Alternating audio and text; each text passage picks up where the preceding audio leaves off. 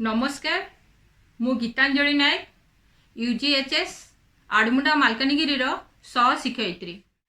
शुभ सकाळर शुभेच्छा पिला माने। मु आज जड़े शासक विषय रे किछि कहिबी। इतिहास को पाठ्यक्रम न भाबी ताकू जदि कहानी बोली भाव तेबे भारी भल लागिबो। आईमार गप भली भाविले ताहा मजा भी लागिबो। आजिर मुख्य कॉन्सेप्ट सप्तम श्रेणी इतिहासर तृतीय अध्याय मोगल साम्राज्यर प्रथम शासक बाबरंक जीवनी कथा विषय रे जानिबा। तमे जानिछ भारत को अनेक विदेशी शासक माने शासन करथिले। सेमानक भितरे इंग्रेज फरासी आदि अनेक शासक।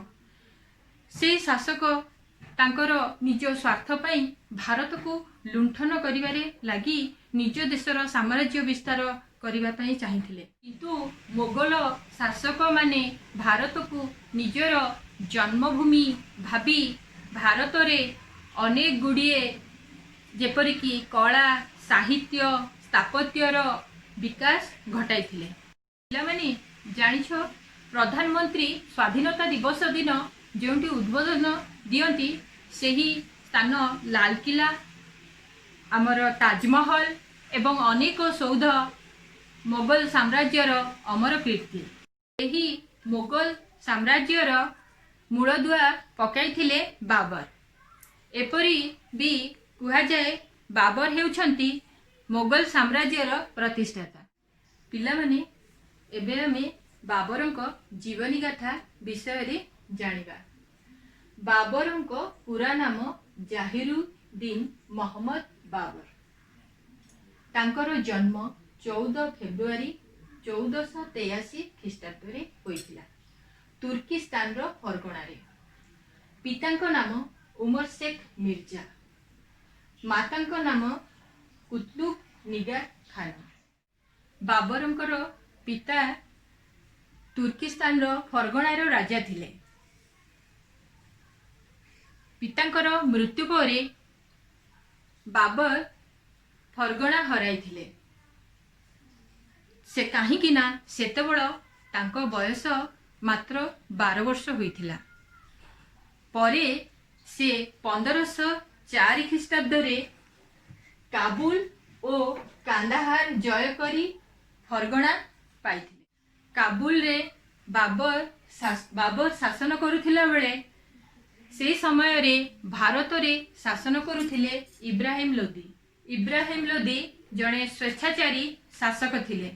तांकर एही स्वेच्छाचारी मनोभाव शासन रे अफगानी अमीर माने असंतुष्ट होई तांको विरुद्ध रे षडयंत्र कले एवं तांकु क्षमतारु विताड़ित करिबा पई बाबरंकर साहाय्य लोडिले।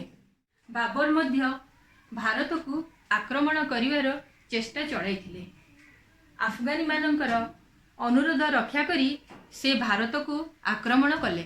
1526 ख्रीष्टाब्द रे पानीपत नामक एक स्थान रे बाबरंक सह इब्राहिम लोदींक मध्य रे जेउ तुमुळ युद्ध होइथिला से युद्धर नाम होची पानीपत युद्ध।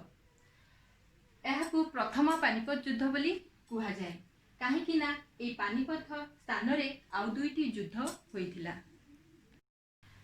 एही युद्ध रे बाबर विजय होइथिले। विजय होई सारिला परे से दिल्ली और आग्रा अधिकार कले। दिल्ली आग्रा अधिकार करि सारला परे से भारत रे विशाल मोगल साम्राज्यर मूलभित्ति स्थापन करिथिले। तापरे 1527 ख्रीष्टाब्द रे खानवा युद्ध जे कि बाबर एवं राणा संगक सह होइथिला। 1528 ख्रीष्टाब्द रे चांदेरी युद्ध होइथिला। चांदेरी दुर्ग पाई ताहा बाबर एवं मेदिनी राव को मध्य रे होइथिला। 1529 ख्रीष्टाब्द रे पाटना रो घरघरा नदी कूल रे बाबर नुसरत और महमूद मध्य रे युद्ध होइथिला। ए युद्ध रे नुसरत और महमूद परास्त होइथिले। एही समय रे तांकर ज्येष्ठ पुत्र हुमायूं शरीर असुस्थ हो पड़ा। से जेते चेष्टा कले हुमायूं आ सुस्थ हो नथिले। अनेक हाकिम वैद्य को से देखाइले। शेषरे हाकिम वैद्य कहिथिले हुमायूं आ बंचिबे नाही। एही कथा शुणी बाबर दुखरे भांगी पड़िले। से भगवान को निकटरे प्रार्थना कले तांकर जीवन बदल हुमायूं जीवन रक्षा पाऊ। भगवान तांकर प्रार्थना स्वीकार करिले एवं हुमायूं दिन को दिन सुस्थ हेबारे लागिले एवं बाबर रोगरे पीड़ित हेले। जो दिन हुमायूं संपूर्ण भावे सुस्थ हेले बाबरंकर से दिन मृत्यु होइथिला। से दिन थिला 1530 डिसेम्बर 26। मात्र 48 बयस तांकु होइथिला। 48 बयस रे से मृत्युवरण करथिले। ये थिला बाबरंकर जीवनी गाथा। ये जीवनी गाथा को नहीं बाबर तुर्की भाषा रे निजे रचना करथिले बाबरनामा। ये बाबरनामार अन्य नाम होछि तुजकी बाबरी। एहा थिला इतिहासर तृतीय अध्याय बाबरंक विषय रे। से थिले प्रथम शासक। ए विषयटी जदि कोनोसी स्थान रे अबुझा रही गला तेबे कमेंट सेक्शन को जाई कमेंट करिवे। जदि वीडियोटी भल लागिला तेबे लाइक एंड शेयर करिवे। धन्यवाद।